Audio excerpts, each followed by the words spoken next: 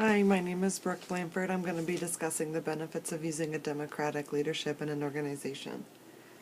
The effects of human behavior in the workplace can determine the success of an organization in terms of productivity, turnover, and the overall prosperity of the company itself. As a leader, maintaining a positive influence is critical for employees to be willing to participate, but more importantly, leaders must also be mindful of what type of leadership style to use.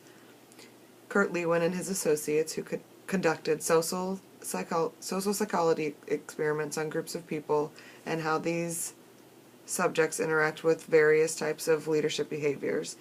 Their studies established and are specifically limited to the use of three distinct styles, which are autocratic leadership, laissez-faire leadership, and democratic leadership.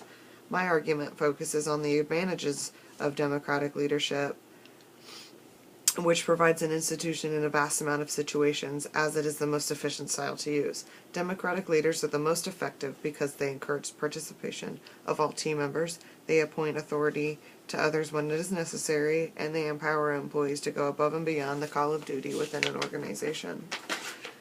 To begin, behavior is defined as the way in which an individual acts or conducts oneself, especially the way one acts towards other people.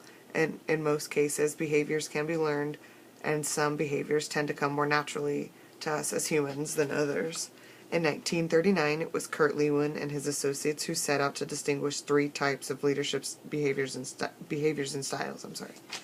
In these experiments, school children were assigned to one of three groups with an autocratic, laissez-faire, or democratic leader, and they were led in arts and crafts projects while researchers observed the behavior of the children in response to the different leadership styles. The first style Lewin and associates observed is an autocratic leadership, which uses an authoritarian approach. An autocratic leader is one who tends to centralize authority and derive power from position, control of rewards, and uses coercion. This type of authority uses little to no input from lower-level employees.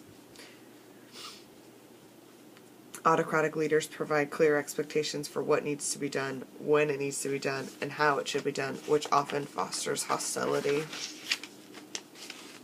Researchers within Lewin's group determined from their experiments that while under autocratic leadership, decision-making skills of the children was less creative.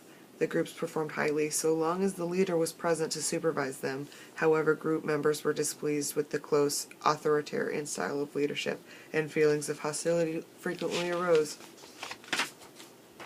The next type of style that Kurt Lewin studied is laissez-faire leadership. This style uses a complete delegative approach, handing off responsibility to lower-level employees, and forces them to figure out things for themselves rather than the leader making the decisions within the group. This style has shown to be adequate in institutions where group members are highly qualified in an area of expertise, but it often leads to poorly defined roles and a lack of motivation.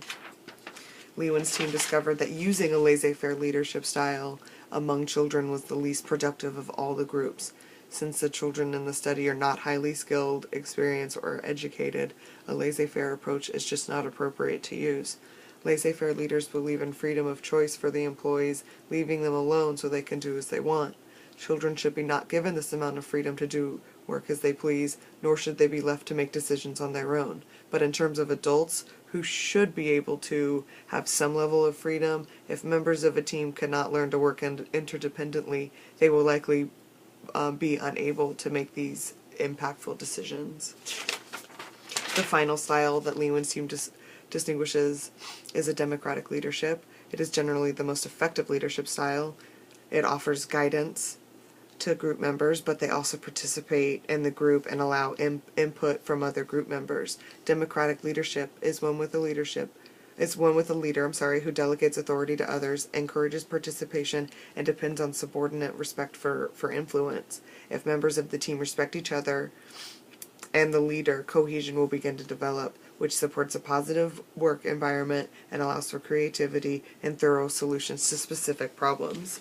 In Lewin's research, the children under authority of democratic leaders displayed results that were less productive than members with the autocratic group, but their contributions were much higher quality. In terms of the leader being present, these These groups were characterized by positive feelings rather than hostility, and group members performed well even when the leader was absent.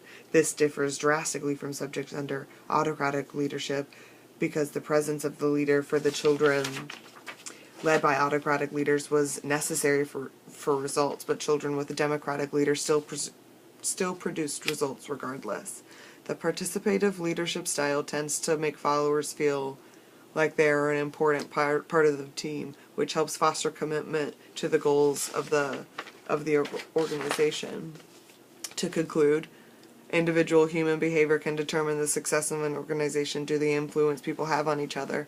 Leadership in particular can influence the way employees participate, communicate, and produce results for an organization.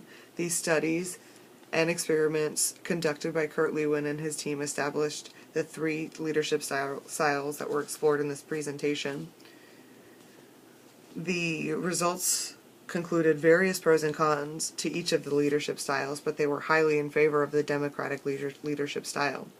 These experiments support that democratic leadership is most effective because it encourages participation of all team members, appoints authority to others when is necessary, and it empowers employees to go above and beyond the call of duty within an organization. Thank you for listening.